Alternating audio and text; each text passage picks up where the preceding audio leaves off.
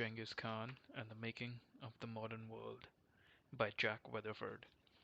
Continuing on the sixth page of the introduction, history has condemned most conquerors to miserable, untimely deaths. At age 33, Alexander the Great died under mysterious circumstances in Babylon, while his followers killed off his family and carved up his lands. Julius Caesar's fellow aristocrats and former allies stabbed him to death in the chamber of the Roman Senate. After enduring the destruction and reversal of all his conquests, a lonely and embittered Napoleon faced death as a solitary prisoner on one of the most remote and inaccessible islands on the planet. The nearly 70-year-old Genghis Khan, however, passed away in his camp bed, surrounded by a loving family, faithful friends, and loyal soldiers ready to risk their life at his command. In the summer of 1227, during a campaign against the Tangut nation along the upper reaches of the Yellow River, Genghis Khan died, or, in the words of the Mongols, who have an abhorrence of mentioning death or illness, he ascended into heaven. In the years after his death, the sustained secrecy about the cause of death invited speculation and later inspired legends that, with the veneer of time, often appeared as historic fact. Plano di Carpini, the first European envoy to the Mongols, wrote that Genghis Khan died when he was struck by lightning. Marco Polo, who traveled extensively in the Mongol Empire during the reign of Genghis Khan's grandson, Kubilai, reported that Genghis Khan succumbed from an arrow wound to the knee. Some claimed that unknown enemies had poisoned him. Another account asserted that he had been killed by a magic spell of the Tangut king against whom he was fighting. One of the stories circulated by his detractors asserted that the captured Tangut queen inserted a contraption into her vagina, so that when Genghis Khan had sex with her, it tore off his sex organs and he died in hideous pain. Contrary to the many stories about his demise, his death in a nomad's ger, essentially similar to the one in which he had been born, illustrated how successfully he had been in preserving the traditional way of life of his people. Yet ironically, in the process of preserving their lifestyle, he had transformed human society. Genghis Khan's soldiers escorted the body of their fallen Khan back to his homeland in Mongolia for secret burial.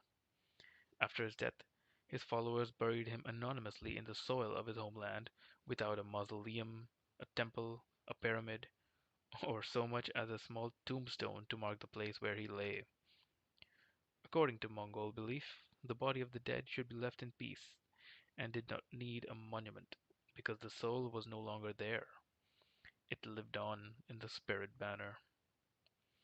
At burial, Genghis Khan disappeared silently back into the vast landscape of Mongolia, from whence he came. The final destination remained unknown, but in the absence of reliable information, people freely invented their own history, with many dramatic flourishes to the story. An often repeated account maintains that the soldiers in his funeral cortege killed every person and animal encountered on the 40-day journey, and that after the secret burial, 800 horsemen trampled repeatedly over the area to obscure the location of the grave.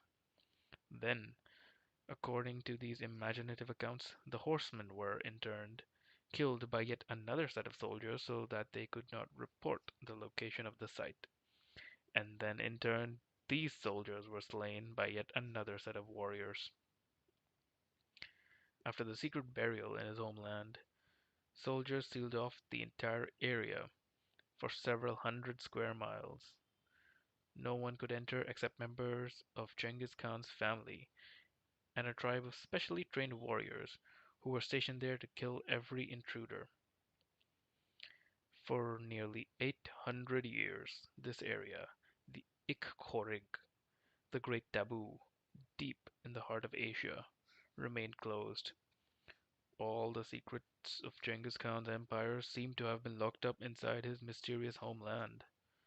Long after the Mongol Empire collapsed and other foreign armies invaded parts of Mongolia, the Mongols prevented anyone from entering the sacred precinct of their ancestor. Despite the eventual conversion of the Mongols to Buddhism, his successors nonetheless refused to allow priests to build a shrine, a monastery, or a memorial to mark his burial. In the 20th century, it was sure that the area of Genghis Khan's birth and burial did not become a rallying point for nationalists. The Soviet rulers kept it securely guarded. Instead of calling it the Great Taboo or using one of the historic names that might hint at a connection to Genghis Khan, the Soviets called it by the bureaucratic designation of highly restricted area. Administratively, they separated it from the surrounding province and placed it under the direct supervision of the central government, that in turn was tightly controlled from Moscow. The Soviets further sealed it off by surrounding 1 million hectares of the highly restricted area with an equally large restricted area. To prevent travel within the area, the government built neither roads nor bridges during the Communist era. The Soviets maintained a highly fortified MiG airbase and quite probably a storehouse of nuclear weapons between the restricted area and the Mongolian capital of Ulaanbaatar. A large Soviet tank base blocked the entrance into the Forbidden Zone, and the Russian military used the area for artillery practice and tank maneuvers. The Mongols made no technological breakthroughs, founded no new religion, wrote few books or dramas, and gave the world no new crops or methods of agriculture. Their own craftsmen could not weave cloth, cast metal, make pottery, or even bake bread. They manufactured neither porcelain nor pottery, painted no pictures, and built no buildings. Yet, as their army conquered culture after culture, they collected and passed all of these skills from one civilization to the next. The only permanent structures Genghis Khan erected were bridges. Although he spurned the building of castles, forts, cities, or walls as he moved across the landscape, he probably built more bridges than any ruler in history. He spanned hundreds of streams and rivers in order to make the movement of his armies and goods quicker. The Mongols deliberately opened the world to a new commerce not only in goods, but also in ideas and knowledge. The Mongols brought German miners to China and Chinese doctors to Persia. The transfers ranged from the monumental to the trivial. They spread the use of carpets everywhere they went and transplanted lemons and carrots from Persia to China, as well as noodles, playing cards, and tea from China to the West. They brought a metalworker from Paris to build a fountain on the dry steppes of Mongolia, recruited an English nobleman to serve as interpreter in their army, and took the practice of Chinese fingerprinting to Persia. They financed the building of Christian churches in China, Buddhist temples and stupas in Persia, and Muslim Quranic schools in Russia. The Mongols swept across the globe as conquerors, but also as civilization's unrivaled cultural carriers. The Mongols who inherited Genghis Khan's empire exercised a determined drive to move products and commodities around and to combine them in ways that produced near entirely novel products and unprecedented invention. When their highly skilled engineers from China, Persia, and Europe combined Chinese gunpowder with Muslim flamethrowers and applied European bell casting technology, they produced the cannon, an entirely new order of technological innovation from which sprang the vast modern arsenal of weapons from pistols to missiles. While each item had some significance, The larger impact came in the way the Mongols selected and combined technology to create unusual hybrids. The Mongols displayed a devoutly and persistently internationalist zeal in their political, economic, and intellectual endeavors. They sought not merely to conquer the world, but to institute a global order based on free trade, a single international law, and a universal alphabet with which to write all languages. Genghis Khan's grandson, Kubilai Khan, introduced a paper currency intended for use everywhere and attempted to create primary schools for universal basic education of all children in order to make everyone literate. The Mongols refined and combined calendars to create a 10,000-year calendar more accurate than any previous one, and they sponsored the most extensive maps ever assembled. The Mongols encouraged merchants to set out by land to reach their empire, and they sent out explorers across land and sea as far as Africa to expand the commercial and diplomatic reach. In nearly every country touched by the Mongols, the initial destruction and shock of conquest by an unknown and barbaric tribe yielded quickly to an unprecedented rise in cultural communication, expanded trade, and improved civilization.